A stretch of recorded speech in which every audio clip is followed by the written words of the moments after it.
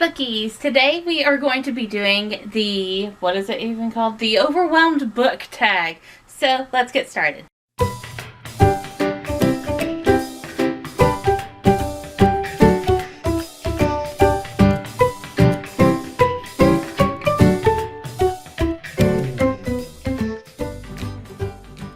So I first saw this book tag on Cece's page, Problems of a Book Nerd, whoop, and she got it from Kathy's video, who was the original creator of it, and she is Kathy Trifalt, I don't know, I'm sorry. Name here, link below, link for Cece's video below too. So I thought that I would do it because I too have been overwhelmed. If you were not here if you were not here for November, then you didn't miss much because I wasn't either. There was a lot of stuff that came up, so I didn't vlog any. That's because I was very overwhelmed. I get very overwhelmed. The pandemic has really put a damper on my mood lately, so trying to work on that.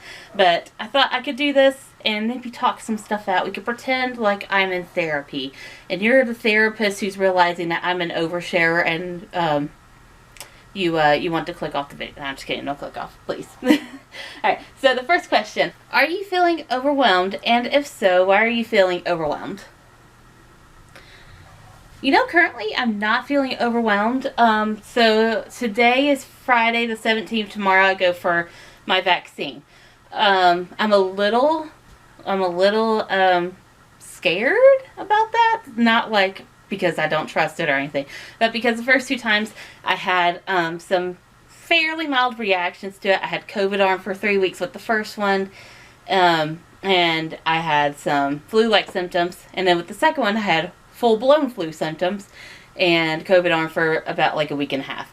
So it was not very fun for me. I had a headache, I had a dizziness, I had muscle weakness, I couldn't stand, I could barely keep myself awake, I was nauseous, etc., etc. I threw up a couple of times. It was not fun. So I'm a little bit nervous that I'm going to have that happen again, which is why I'm doing all this stuff on Friday when I would usually be doing it on Saturday.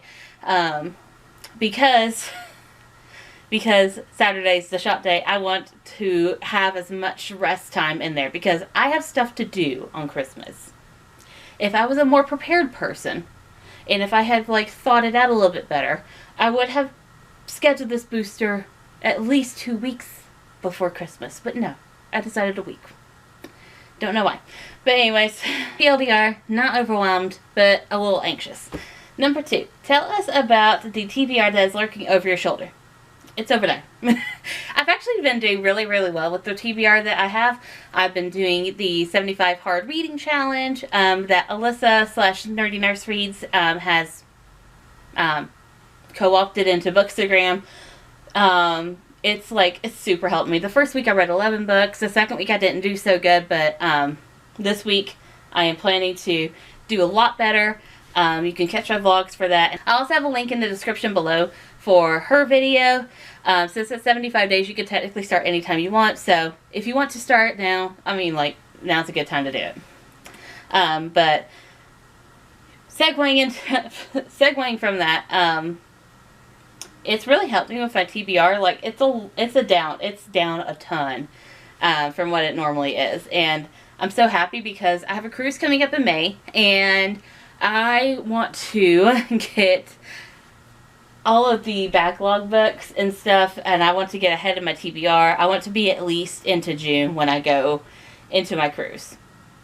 Will it be possible? I don't know, but we're going to try. How is video making / bookternet posting shaping your reading experience? It's awful. When I was not on Bookternet, which is such a fun word, Bookternet. When I was not on Bookternet, not Bookstagram, not BookTwitter, not Booktube, anything like that, BookTalk, I was actually in a fairly mild slump. I hadn't read pretty much anything in a while. And all the stuff that I had on my shelves was, I think it fit onto like 1.5 shelves. So like one of these and maybe like a half of the other. It wasn't that bad. And then I moved. That's where it all went downhill. As I moved to Atlanta and I got depressed and I started a Bookstagram and then I saw all these pretty books and then I wanted them. Now I have 5 totes in the floor. A stack that's accumulating on the floor, and 2 book carts, and a full bookcase over there that you can't see off camera that's full of books that I have to read on a monthly basis, and some on my night shelf, and now some upstairs in my office. Such is life. What do you think you can do differently so you aren't overwhelmed? Read. I think I could read. I'm not kidding. Like, I get into these moods where I don't want to read. I think keeping on a routine, which is what I'm trying to do now with the 75 Hard Reading Challenge. I wake up in the morning, I go do cardio. Once I get the cardio done, I feel a lot better. And I get all my chores done first thing in the morning. And then I have the office stuff to do. And then I can read and relax for the rest of the day. I think keeping on a routine is going to save me. So it's a matter of if I can keep on that routine and read. Do you have any projects you really want to do, but something is holding you back? Reviewing is holding me back for a lot of things. I have a lot of stuff to review. A lot of people that are waiting on reviews for me for books. But I really, really want to get back into beta reading. I loved beta reading. It was amazing. I loved it so much. And I'd really like to get back into that again. So if I can use 2022 to clear out a good majority of these books, I think I'm going to go back into beta reading in 2023. Is there a book or genre that brings you joy? Marie Kondoing. That brings you joy or takes you to a satisfying place. Where am I? Okay, I'm behind it. I don't know if you can see it. I don't know if the camera's cut it off, but sci-fi. I like the idea of being in space because it seems really peaceful. There's no noise. There's no nothing. There's just the sound of you and silence and possibly aliens. It is perfection. How much does FOMO play into feeling overwhelmed?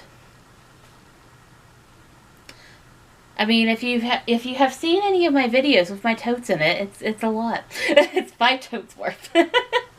Is there anything you do specifically because of Booktube/Bookternet that you'd likely drop without it? You know, not really. Like, okay, so October of 2019, me and the husband went on a cruise. We went on a Disney cruise, and we had this pack when we got on there that I would not be on my phone at all. And I wasn't. We didn't buy the internet package. We didn't do anything with the internet.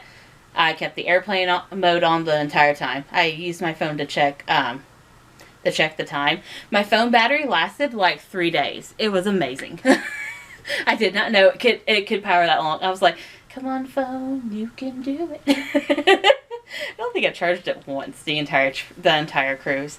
But like I was fine. Like I think I would miss it for the first couple hours, but then I would be fine.